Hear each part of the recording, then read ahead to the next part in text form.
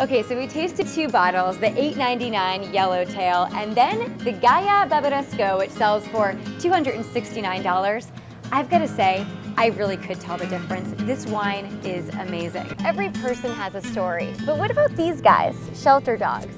They have a story too, and that's all coming up on Dog Tales. We're here on Santa Monica's Montana Avenue, famous for its amazing boutiques and fabulous spas. But first, we're gonna start with my personal favorite, a little shopping. We're here at the Staples Center where Wango Tango is just about to get underway. It's almost bathing suit season, which means it's time to get in shape. I'm Amanda Prince. Welcome to One World Sports. One World Sports is a network delivering live, exclusive, world-class sporting events from around the globe. This is the world-famous Legends Bar in New York City, the home of the Football Factory. This place is a must-see mecca for all New York City footy fans. We had a little spot down the street. It was too small. We got Jack on board, who's the director of football. Tell us a little bit about this jersey. This jersey was presented to me by the New York Blues when I arrived here 3 years ago. I'm Amanda Prince, your Chelsea girl, so long from the Football Factory in New York City. One World Sports welcomes you to Cosmos Country.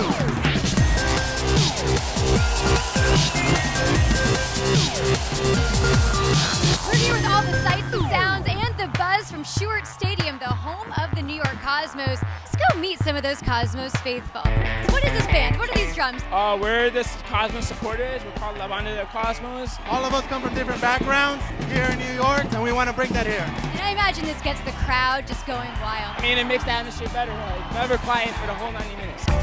What are the Borough Boys exactly? We're just that rowdy group that sits behind a goal and sings all game, have events outside of games and get the fans involved. And these are the diehard fans that eat and sleep the club every day. And I'm guessing you were wishing you were back at the beach right now, right? Sylvia, you could say that again. It's honestly like an oven out here. Last time we checked, it was 109 degrees, as you can see here in Canoga Park. It's honestly hard to breathe. Now today, we tracked the changing temperatures from the coolest areas on the coast to the hottest here in the valley. Amazingly, we saw a 47-degree difference. On this scorcher of a day, we decided to do a little experiment. The goal, to track the temperature change from the coast to the valley. Okay, let's hit the road.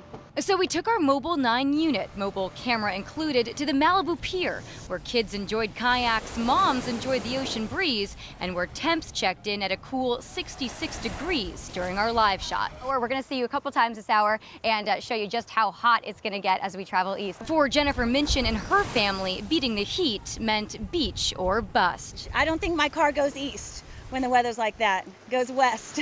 Unfortunately, our car does go east. When we left Malibu, it was 69, but what a difference a few miles make. Watch as the temps climbed quickly, 73, 74, 81, 82. When we hit Calabasas, a whopping 103 degrees. But it didn't stop there. Once we got to Woodland Hills, that nice Malibu breeze was a faint memory. Check it out. Here, it's 104. And with triple-digit temps, families were keeping cool the old-fashioned way. Right here when we're in the pool, I mean, it's pretty fresh, but being outside, you know, it's really hot. In the pool, by the lake, on the playground, but perhaps this dog had the best idea of all. So from 66 degrees in Malibu to 103 in Calabasas to a sweltering 113 this afternoon in Woodland Hills, this sweaty reporter was ready to hit the road and head back to the beach. Of course, we're going to have to get through a couple live shots first. So just to recap, the coolest temps we saw today, 66 in Malibu, the hottest 113 here in the valley. You do the math, that's 47-degree difference. But of course, once it gets above 95 degrees, bottom line, just stay inside. Hi, KCAL9's Amanda Burton is live in Pasadena, where homeowners in the area are all talking about their surprise guests. Amanda. Hey Rob, it's hot and these bears just simply wanted to take a little dip. So this afternoon, they wandered into the neighborhood, jumped in a pool, and one resident caught it all on camera. Two bear cubs cooling off and playing in a Pasadena pool on this hot summer evening. I see two little cubs in my swimming pool, and they were just having a great time swimming and pulling the vacuum out and just having a blast like little kids. Maral Shekerdemian spotted the bears this afternoon and took this video with her camera phone. With Mama Bear nowhere to be found, she says the cubs swam for about 15 minutes, then took off over the fence. Of course, the pool, I mean, this is luxury for them. Yeah, they're swimming in my pool. Maral called 911. Fish and Game came out and told the family to leave the bears alone and clink some pots and pans if they came back. Well, sure enough, the bears did come back and wandered up this tree.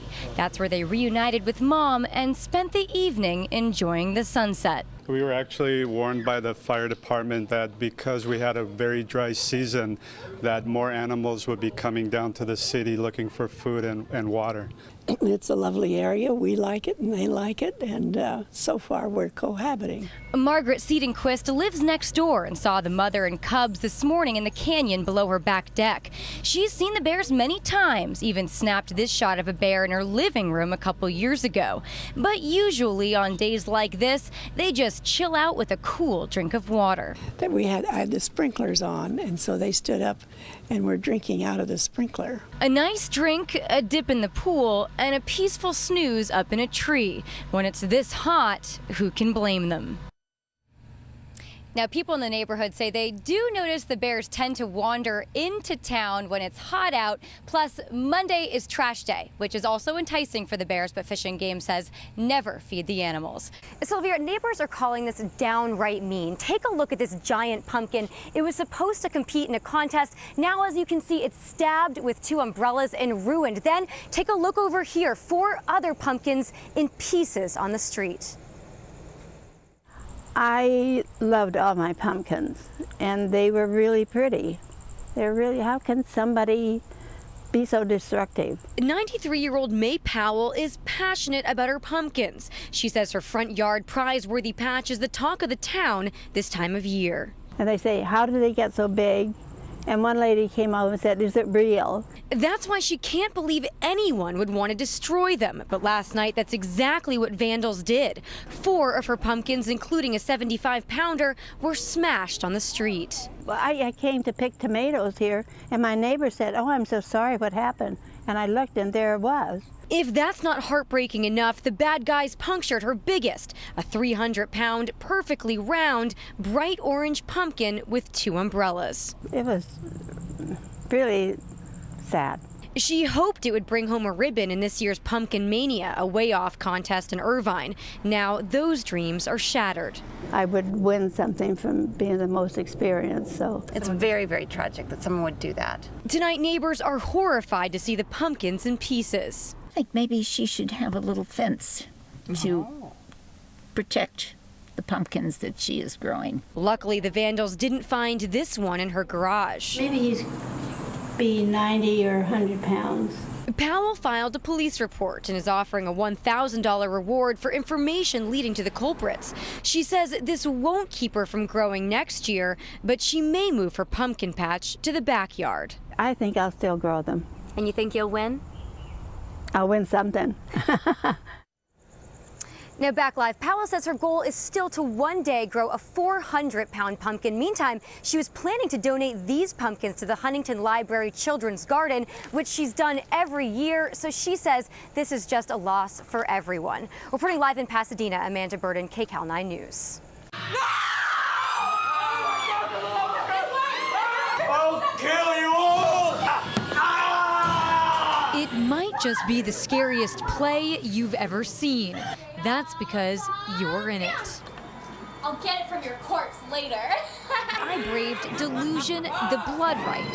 Set in a 107-year-old West Adams mansion, it's not quite a haunted house, but an interactive horror play where the guests take on terrifying roles in the story of torture, murder, and revenge. It was absolutely terrifying. I got kidnapped. I was scared. Perhaps you should choose better friends. Haunted Play, the first ever interactive horror theater company, is behind the terror. Produced by actor Neil Patrick Harris and Hollywood stuntman John Braver. So I thought, make an actual story inside a mansion, have the audience be part of it, and then just lead them through, and they can act out certain scenes. They have to do certain actions to move the story forward. The vial will bring death on us all. Complete with stunts, special effects, and skilled actors, Delusion is a psychological thriller that tests your courage and is sure to keep you up at night. I'm not going to sleep, so no. I'm just not going to sleep. Genuinely scary? Genuinely scary, yeah. Did you think you were going to tinkle? Uh-huh. Yes, old lady here. And if you're lucky, maybe, just maybe, you'll make it out alive. Oh, what did I get myself into?